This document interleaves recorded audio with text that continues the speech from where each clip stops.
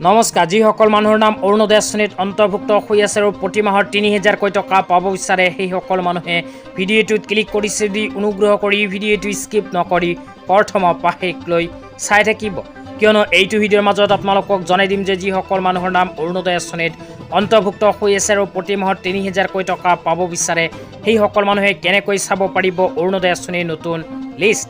তো আপোনালোকে যদি নিজৰ নামখন অৰুণোদয় আঁচনিৰ নতুন লিষ্টত চাব বিচাৰে তেন্তে কেনেকৈ চাব সবিস্তাৰে জনাই দিছোঁ। অনুগ্ৰহ কৰি ভিডিঅ'টো প্ৰথমৰ পৰা শেষলৈ চাই থাকিব। লগতে মোৰ চেনেলত নতুন হ'লে প্লিজ চেনেলটো ছাবস্ক্ৰাইব কৰি মোৰ লগত থাকিব। তো বলক ভিডিঅ'টো আৰম্ভ কৰি আজি প্ৰথমটো গুৰুত্বপূৰ্ণ খবৰৰ বিষয়ে বিস্তাৰিত জানি লওঁ। আজি প্ৰথমটো গুৰুত্বপূৰ্ণ খবৰ হ'ল অৰুণোদয় আঁচনিলৈ। তো যিসকল মহিলাৰ নাম অৰুণোদয় আঁচনিত অন্তৰ্ভুক্ত হৈ আছে সেইসকল মহিলাক অৰুণোদয় আঁচনিৰ জৰিয়তে ৩,০০০কৈ টকা প্ৰদানৰ বাবে বিজেপি চৰকাৰৰ ফালৰ পৰা এনেকুৱা এক বিশেষ আপডেট প্ৰদান কৰিছে। তো ইয়াতে কি লিখা আছে পঢ়ি শুনাই দিছোঁ।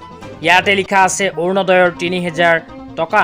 তাৰপিছত আৰু কি লিখা আছে পঢ়ি শুনাই দিছোঁ, অনুগ্ৰহ কৰি ভিডিঅ'টো চাই থাকিব। তাৰপিছত লিখা আছে নাৰী শক্তিলৈ আমাৰ উপহাৰ, আমাৰ সংকল্প মানে পূৰ্ণতা। তো আপোনালোকে মোবাইল স্ক্ৰীণত চাব পাৰিলে বিজেপি চৰকাৰৰ ফালৰ পৰা এনেকুৱা এক বিশেষ আপডেট প্ৰদান কৰিছে অৰুণোদয় আঁচনিৰ জৰিয়তে। অৰুণোদয় আঁচনিত নাম অন্তৰ্ভুক্ত থকা প্ৰতিজন মানুহে পৰ্যায়ক্ৰমে অৰুণোদয় আঁচনিৰ জৰিয়তে প্ৰতি মাহতে ৩,০০০কৈ টকা নিজৰ বেংক একাউণ্টত লাভ কৰিব।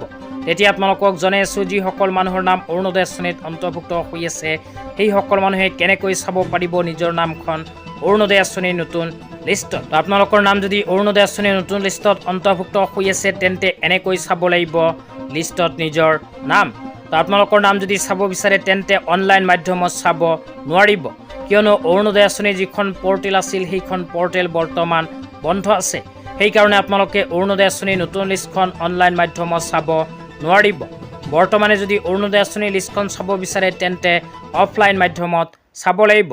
তো অফলাইন মাধ্যমত চাব বিচাৰিলে নিজৰ নিজৰ গাঁও পঞ্চায়ত বা উন্নয়ন ব্লক বা নিজৰ নিজৰ জিলাখনৰ DC অফিচত গৈ যোগাযোগ কৰিব। তাতে আপোনালোকে অৰুণোদয় আঁচনিৰ লিষ্টখন চাব পাৰিব।